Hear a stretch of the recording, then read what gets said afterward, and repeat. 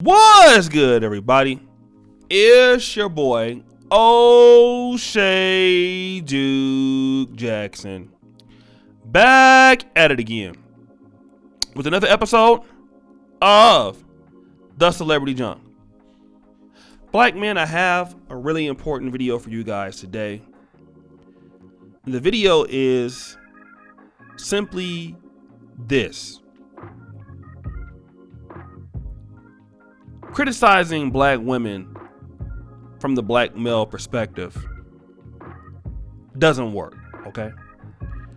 And I know some guys are going to be confused by this or to call names, but this is coming from a place of love and a place of logic, because I really care about the black male community, all right? And I know that many of you brothers care about our communities too, and you are frustrated.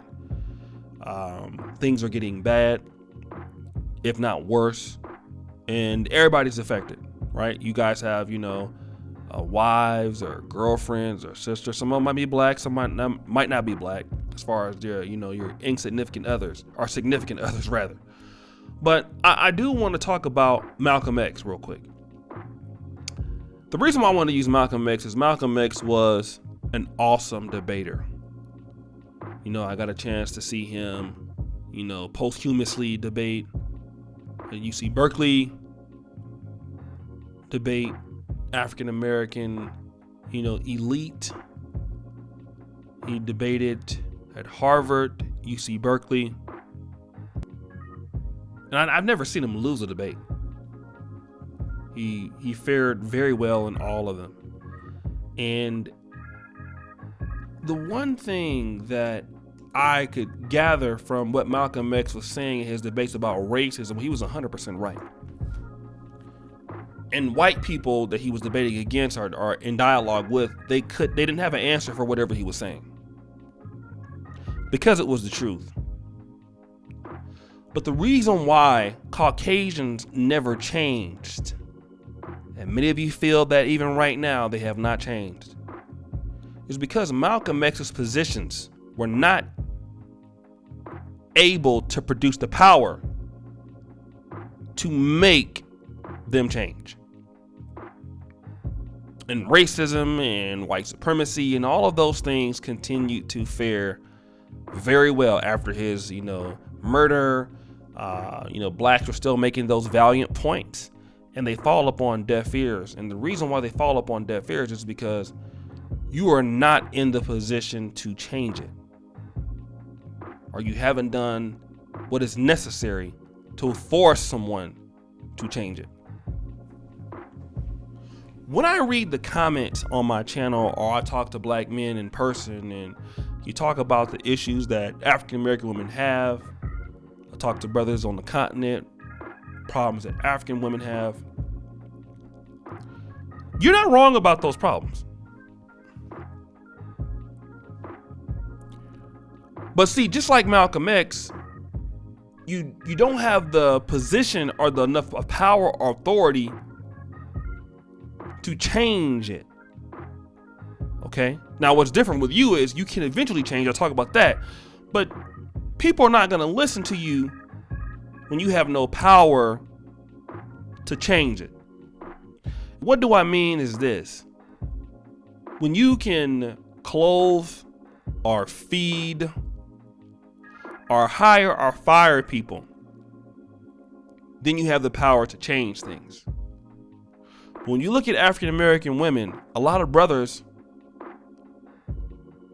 don't have the authority to hire, fire, and all of these things, right? Now, some guys are going to come to me and say, well, what about the Hispanics? And what about the Asians? Their men don't have that, but they still deal with them.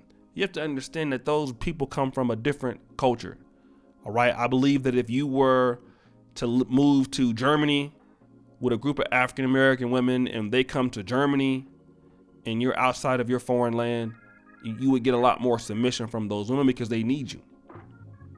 All right. Just like the women that come from Mexico or come from Brazil or whatever, and they're with their men and their families, they are more closer to those groups because they depend on them. They need to make opportunities, so they save the money, they do everything, they're more of a unit. In America, it's not the case. So while I know why you guys might say, well, the Chinese man and other people, it's not the same thing. And many of you guys might say, well, what about Pookie and Ray Ray? She submits to him, and he doesn't have to do those things. Well, I'm going to ask you this. Do you want the same kind of submission that she's giving to Pookie and Ray Ray? But she doesn't respect Pookie and Ray Ray. This is somebody she's attracted to. She sleeps with that person.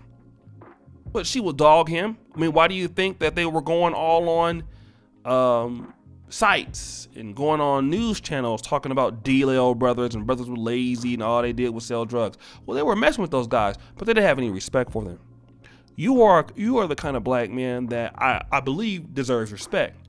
And see, the thing about it is, with black men, being right about white supremacy, police brutality, or what's wrong with your women, or what's wrong with the black community as a whole, until you have secured enough networking, earnings, money, corporations, where you have created a standard that people can respect, you being right about stuff is not going to matter.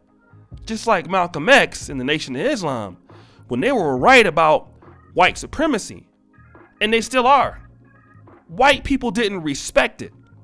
Now, the thing about it is this: black people respected it, but white people didn't fear Malcolm X or, the Nation of Islam or Khalid Muhammad or even Martin Luther King, the leaders.